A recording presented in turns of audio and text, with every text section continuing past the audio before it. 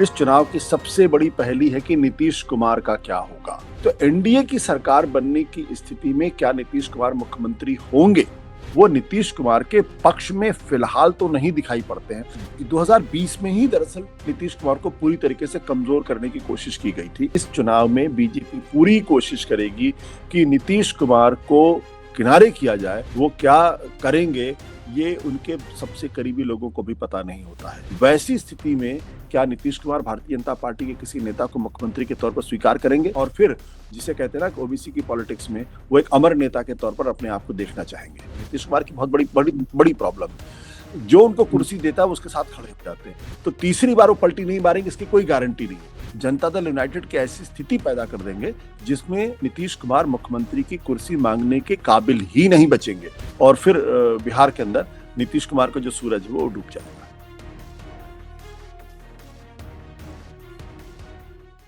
बिहार चुनाव 2025 में एनडीए की यानी कि डबल इंजन की सरकार और पार्टियां लगातार गाड़ी तेज दौड़ा रही हैं, लेकिन ड्राइवर सीट पर नीतीश कुमार का नाम तय बीजेपी क्यों नहीं कर रही है, ये सवाल लगातार उठाए जा रहे हैं।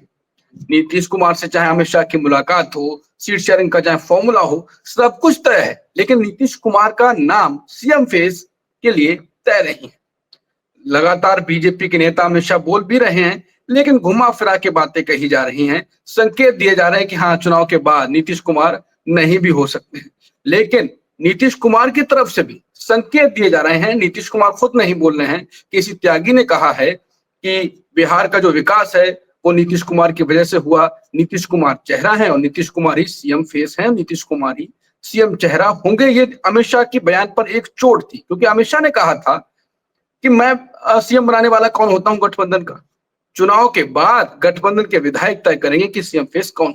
इसके बाद सवाल खड़े होगा कि अमित शाह की ये चाल, अमित शाह की नीतीश कुमार के खिलाफ यह साजिश है। क्या बीजेपी की नीतीश कुमार के खिलाफ यूज एंड थ्रो पॉलिसी है, वही नीति अपना रही है बीजेपी नीतीश के खिलाफ? और क्या नीतीश कुमार ये अपने खिलाफ अपने साथ ही होने देंगे? क्योंकि उनका नाम तो बहुत पहले डाल दिया था, पलटू राम। क्या उन्होंने कहा था कि गलती हो गई एक बार पलटने पर?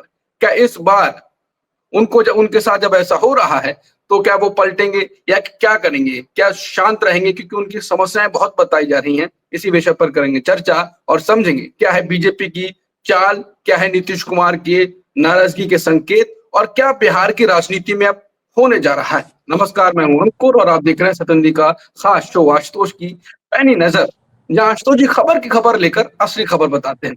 आशुतोष सर, बिहार की राजनीति में अब तो असली खबर की तो बहुत जरूरत है, लगातार हरकतें हो रही हैं।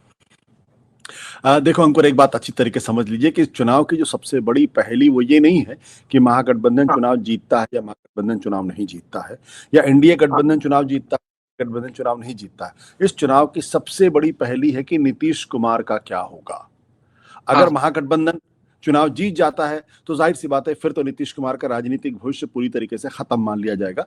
एक तो इस वजह से भी क्योंकि उनकी उम्र काफी हो गई है, वो करीब 72-73 साल के हो गए हैं, और अगर विपक्षी पार्टियों की सरकार बनेगी तो फिर नीतीश कुमार के लिए दोबारा बाउंस बैक करना उस उम्र में बहुत मुश्किल काम हो जाएगा।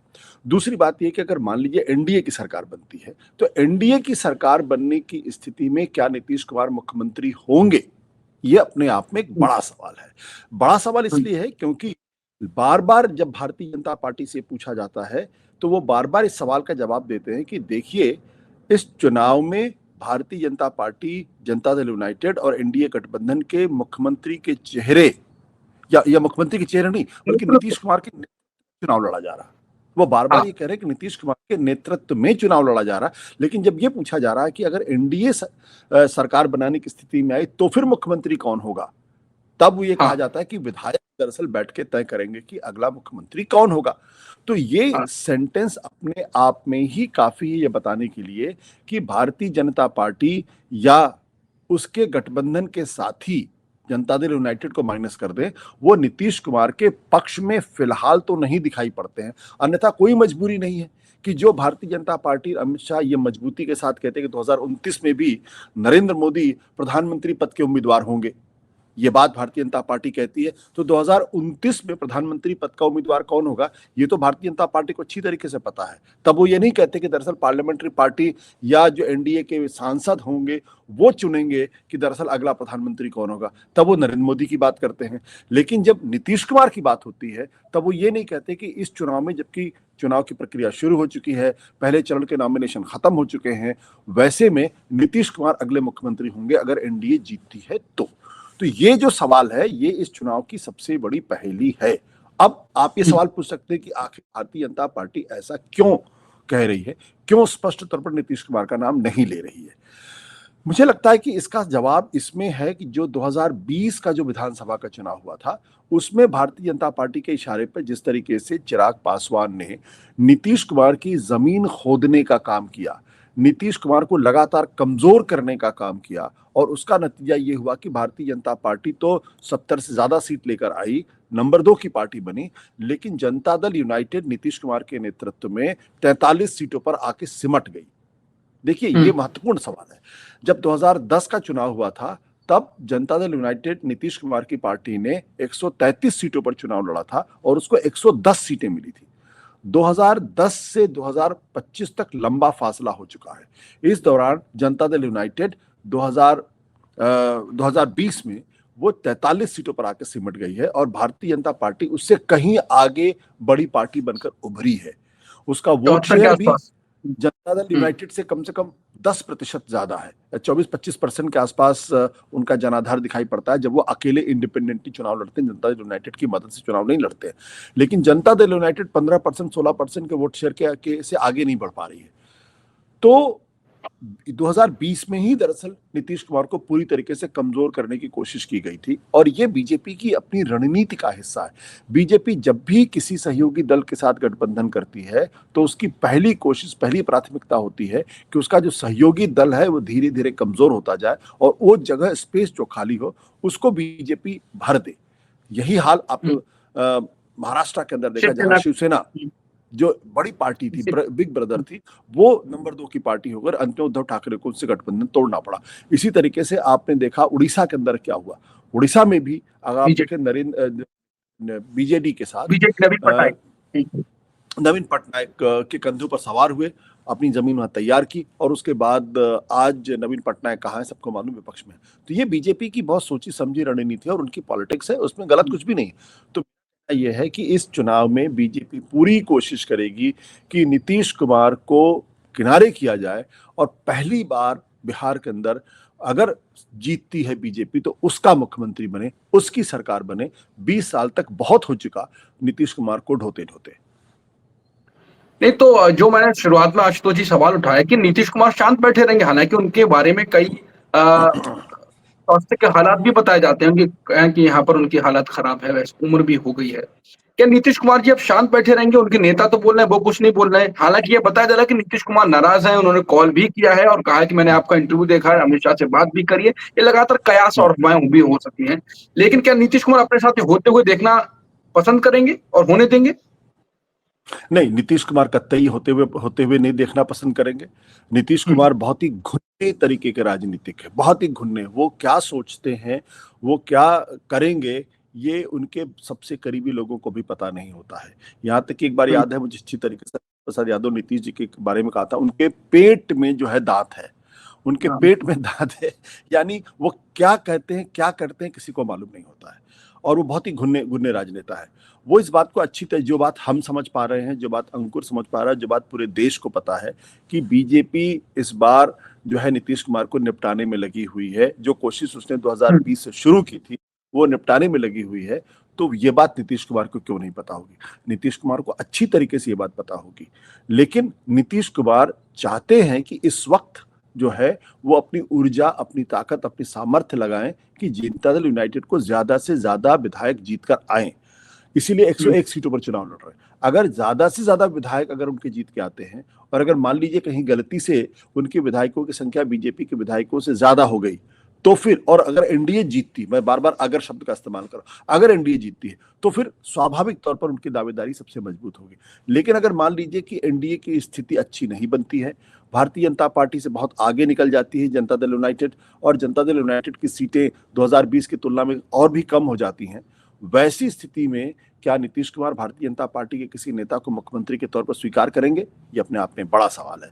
लेकिन नीतीश कुमार के पास एक विकल्प अभी भी उपलब्ध है, और वो विकल्प ये है कि वो तीसरी बार पलटी मार करके वो तेजस्वी यादव के पक्ष में खड़े हो जाए, और फिर देश जो जो ओबीसी की पॉलिटिक्स है उसमें अपने आप को अमर कर दे कि देखिए, जब मैंने गद्दी छोड़ी तब मैंने किसी सवर्ण जाति के आदमी के लिए गद्दी नहीं छोड़ी थी, मैंने ओबीसी तबके के लिए गद्दी थी। मैंने जो है बिहार के अंदर 20 साल तक मैं बीजेपी के साथ रहा, लेकिन मैंने कभी बीजेपी को जो है वो सत्ता में नहीं आने दिया, और यही वजह है कि मैं बीजेपी बिहार के अंदर इतनी मजबूत नहीं हो पाई जितनी उत्तर प्रदेश के अंदर मजबूत है, राजस्थान में मजबूत है, मध्य प्रदेश में मजबूत है, हरियाणा में मजबूत हुई, लेकिन वो बिहार में मजबूत नहीं हो पाई क्योंकि मैंने उनको रोक रखा था।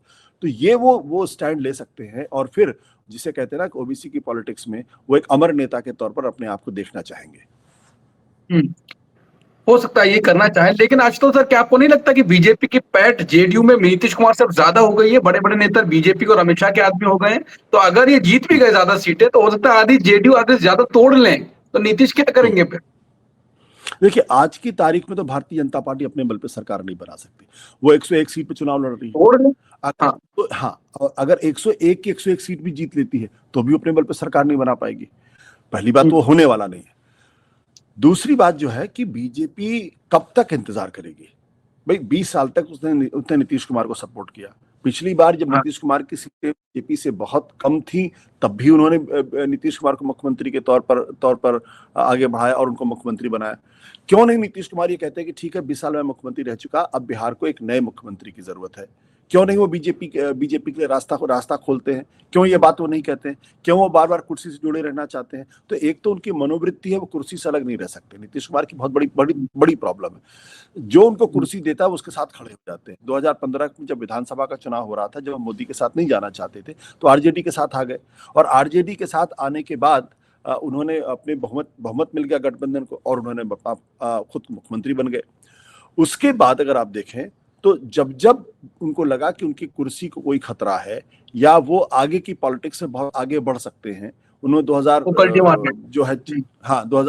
2024 के विधानसभा 2024 के लोकसभा चुनाव के समय उनको लगा कि अगर मैं इंडिया गठबंधन के साथ जाऊं तो हो सकता है मैं देश का प्रधानमंत्री बन सकता हूं। ये उनके मन में ख्वाब था। लेकिन धीरे धीरे उनको इस बात का एहसास हो गया कि इंडिया गठबंधन वाले उनको तो प्रधानमंत्री नहीं बनाना चाहते, तो उन्होंने आखिरी समय में पलटी मार दी। ये वही नीतीश कुमार थे जिन्होंने इंडिया गठबंधन बनाने में बड़ी भूमिका निभाई थी, जिन्होंने पटना में इंडिया गठबंधन की पहली रैली की थी, और उसके बाद वही उसको छोड़कर बीजेपी के साथ चले जाते हैं। तो उनके लिए बीजेपी के साथ जाना या लालू प्रसाद यादव के साथ जाना ये कोई नई बात नहीं है। तो तीसरी बार वो पलटी नहीं मारेंगे इसकी कोई गारंटी नहीं है। और ये बात बिल्कुल सच है कि आज की तारीख में नीतीश कुमार के बारे में कहा जाता है कि उनकी पार्टी पे भारतीय जनता पार्टी के लोगों का कब्जा हो गया है। जो लोग कभी अरुण जेटली के बड़े करीब थे या दो लोग कभी बीजेपी के बड़े नेताओं के बड़े करीबी थे, आज वो पूरी तरीके से उनका नियंत्रण जनता दल यूनाइटेड पर हो चुका है। लेकिन नीतीश कुमार बहुत सधे हुए नेता है, वो भी इस बात को समझ रहे होंगे कि कैसे धीरे से धीरे उनकी जो पकड़ थी पार्टी के ऊपर उसको कमजोर किया गया है। लेकिन जो लोग पार्टी को अपने कब्जे में लेना चाहते हैं वो ये भी जानते हैं कि नीतीश कुमार के बगैर जनता दल यूनाइटेड का कोई अस्तित्व नहीं होगा। अगर कल नीतीश कुमार नहीं रहेंगे तो क्या जनता दल यूनाइटेड बची रहेगी? वो दो फाड़ हो जाएगी, उनके कई फाड़ हो सकते हैं। तो वैसे में वो ऐसी कोई कोशिश नहीं करेंगे। हाँ, वो चुनाव में जनता दल यूनाइटेड की ऐसी स्थिति पैदा कर देंगे जिसमें नीतीश कुमार मुख्यमंत्री की कुर्सी मांगने के काबिल ही नहीं बचेंगे, और तब आप देखिएगा कि असली खेल तब शुरू होगा। चिराग पासवान क्यों बार बार नीतीश कुमार की सरकार पर हमले कर रहे थे? पिछले 6-7 महीने से लगातार हमले कर रहे हैं। यहाँ तक कि वो कहते हैं हमें तो बड़ी शर्म आती कि हम ऐसी पार्टी गठबंधन में है जहाँ पे बिहार के अंदर जबरदस्त तरीके से एक तरह के जंगल राज मचा हुआ है। तो ये सारी रणनीति चल रही है, लेकिन नीतीश कुमार इस बात से अवगत होंगे, वो सही वक्त पर आने पर अपना फैसला करेंगे। अगर वो इस स्थिति में हुए तो अगर मान लीजिए जनता दल यूनाइटेड की सीटें 20 से कम हो गई, तब तो कुछ भी बार्गेन करने की स्थिति में नहीं रहेंगे। लेकिन अगर उनकी सीटें मान लीजिए 50 के ऊपर आ गई, तब वो दोनों पक्षों से बार्गेन कर सकते हैं। वो आरजेडी के साथ भी बार्गेन कर सकते हैं, वो बीजेपी के साथ भी बार्गेन कर सकते हैं। तो सब कुछ इस पर निर्भर करता है कितनी सीटें उनको मिलती हैं। बिल्कुल। तो हाँ, आखिरी सवाल, क्या आपको लगता है कि जेडीयू, आपने कहा कि इतनी सीटें मिली और वो मान लीजिए कुछ जो बड़े-बड़े नेता जेडीयू में, अमित शाह के और बीजेपी के आदमी हैं, उन्होंने कुछ इधर साइड कर लिया। आपने कहा कि नीतीश कुमार के बिना जेडीयू तो फिर है ही नहीं। तो बीजेपी को क्या मतलब, वो तो खत्म कर, जेडीयू खत्म हो जाए, फिर इसके बाद चुनाव के बाद आगे विधायक आ जाए पूरी आधे से ज्यादा, तो जेडीयू खत्म ही हो जाएगी फिर तो चुनाव के बाद, अगर ऐसा होगा तो। हाँ, लेकिन अंकुर, अभी कम से कम बीजेपी ये नहीं चाहेगी कि किसी तरीके से महागठबंधन की सरकार बने। तो इसलिए हाँ, वो क्योंकि उनको मालूम है कि अगर महागठबंधन की सरकार बनी तो फिर बिहार के अंदर बीजेपी की जो ग्रोथ हो रही है वो ग्रोथ काफी कम हो जाएगी। तो इसलिए दोनों तरफ से बाकायदा एक दूसरे को, जिसे कहते हैं ना, पहलवान एक दूसरे को आजमाने की कोशिश कर रहे हैं। बीजेपी भी अपने पत्ते खेल रही है और नीतीश कुमार भी अपने पत्ते खेल रहे हैं। सब कुछ इस पर हम्म, निर्भर करता है कितनी सीटें बीजेपी जेडीयू लेकर आती है। सबसे बड़ा सवाल इसी बात को लेकर, अगर नीतीश कुमार 50 से ज्यादा सीटें लेकर आते हैं तो फिर नीतीश कुमार को हटाना बहुत मुश्किल काम हो पाएगा। अगर उनकी सीटें 50 से काफी कम आती हैं, तब तो ये मान लीजिए कि बीजेपी अगर इस स्थिति में आती है तो वो पूरी तरीके से नीतीश कुमार को किनारे कर देगी और फिर बिहार के अंदर नीतीश कुमार का जो सूरज है वो डूब जाएगा। बिल्कुल। तो अब सबकी नजर तो नीतीश कुमार के पत्तों पर ही है कि कौन सी चाल चलते हैं, नहले पे दहला चले तो अच्छी बात है, लेकिन अभी तक तो वो नहीं लग रहा है कि कोई, उनके पास कार्ड तो हैं, लेकिन वो चल क्यों नहीं रहे हैं, सबकी नजर और सबकी बात यहीं पर है। नीतीश कुमार, देखिए आशुतोष जी ने कहा, वो बहुत सही बात मुझे लगी कि बहुत सधे हुए राजनेता हैं, बहुत गुन्ने राजनेता हैं, वो कब सहेंगे और जब दाव चलेंगे तब फिर एकदम से सब पूरा पलट सकते हैं खेल। लेकिन नीतीश कुमार पर नजर बनी रहेगी, बिहार की राजनीति पर हमारी नजर लगातार बनी हुई है। महागठबंधन की बात कभी फिर करेंगे, लेकिन आज एनडीए की बात हुई और नीतीश कुमार की बात हुई, और देखते हैं कि अब बिहार में आगे क्या होता है। नमस्कार।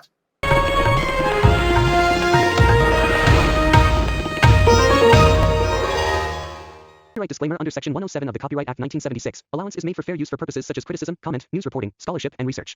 Fair use is a use permitted by copyright statute that might otherwise be infringing.